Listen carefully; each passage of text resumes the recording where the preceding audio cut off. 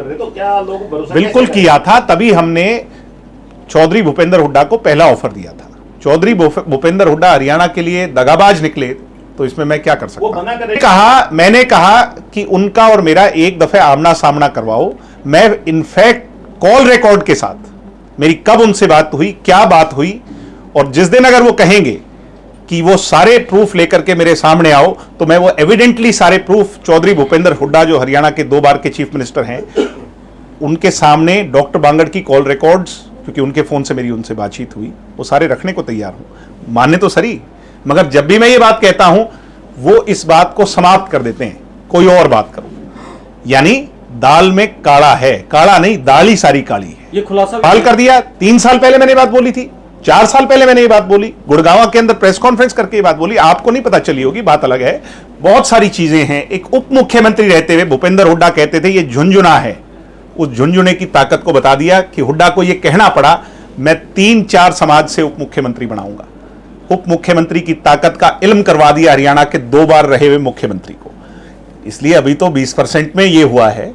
जिस दिन 100% ताकत दुष्यंत के हाथ में होगी, क्या से क्या होगा।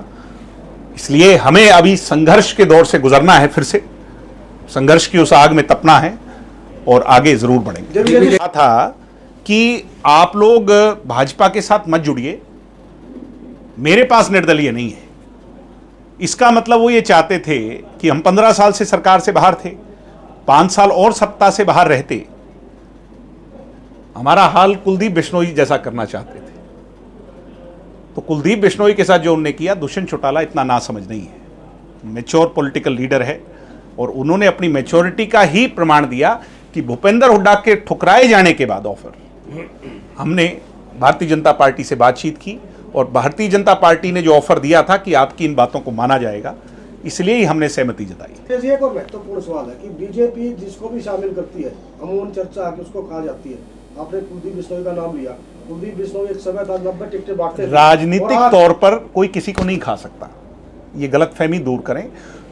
वो कुलदीप जी की खुद की कोई कमी रही होगी, क्योंकि वो समय समय पर अपना पाला बदलते रहे, कहीं स्थायी नहीं हो पाए। आपको राजनीति में स्थायी होना पड़ेगा। आपको राजनीति के अंदर अपने काडर को ये नहीं कि आप रात को कहीं और सो रहे हैं तो सुबह कहीं और उठ रहे हैं, इसलिए स्थायी होना पड़ेगा। अब भी वो स्थायी हो जाएं। राजनीति में कोई किसी की पॉलिटिकल डेथ नहीं कर सकता, ये बहुत बड़ी गलतफहमी में है। राजनीति में कोई खत्म नहीं होता over the period of time. ये हम कई बार कह देते हैं ये आदमी खत्म हो गया, राजनीति में कोई खत्म नहीं होता, कमजोर और ताकतवर हो जाता है। भाजपा की सत्ता के विरोध में जीत के आए, हमने भाजपा की सत्ता के विरोध में बैठे भूपेंद्र हुड्डा को पहला ऑफर दिया। ये सवाल मेरे से नहीं, ये गलती भूपेंद्र हुड्डा की है, उनसे पूछिए।